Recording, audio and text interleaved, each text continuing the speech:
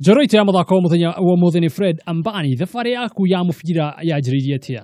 Nilianza kucheza school team nikiwa form 2. Form 2 first time nilikuwa school team. After that nikakuja nikachezea pan kidogo kani niko chuo bado. Nikachezea River Tex pia kabla niko chuo. Kutoka River nikakuja FC Leopards nimechezea na nadhani FC si ndio tulibeba the last trophy so tulibeba ya ligi.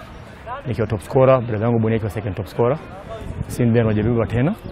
Kutoka FC nimechezea Australian Fast Track bila break tukakuja Pan Paper. Si Pan Paper nini? Pipeline. Kuchezea Pipeline kiasi. Pipeline pia ka break. Baada ya Pipeline nikaenda Suni ya wendo sika sana Suni nilikaa for only 6 months. Nikaenda Warabuni, nikaenda Oman for 2 years. Baada ya 2 years nadhani nikakuja nika break. Nikavunjika mkono. Sasa tukavunjika mkono ikakuwa siwezi endelea anymore na football. Thutha wa gũtiga mũbira wanjĩrĩirie coaching ku.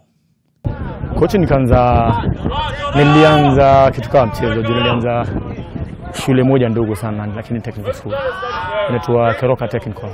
Tulianza kuidevelop as in kama academy lakini tumemerge na college. So the only thing college wasaidia nayo ni kutupatia scholarships za kufanya nini? Za at least kutafuta players wapo tukileta kwa team tukiwa naacha. So at least from hiyo college nikacheza friendly na Zoo Kericho. Cheza nao friendly ndio siwaziwa kuona hii talent si ndio anainacha lazima pia kwa mtu anaweza anafanya. So Zoo akani approach ikakuwa na mob na quota of my school team ya college team na nao Zoo. Nadhani hata Zoo wachezaji wao wengi wamedevelop kwa hiyo college. Ngũrani ya athaki tene na athaki leo ni kii? Tofauti kubwa wachezaji wa sasa na ile zetu. Mwanzo zetu naweza kuambia hakukuwa na pesa. Pesa ilikuwa issue kubwa sana. Alafu tofauti wachezaji walikuwa hapo awali na wachezaji wa saizi. Nadhani ni ile kujituma. Wachezaji wako na do lakini wako na that passion.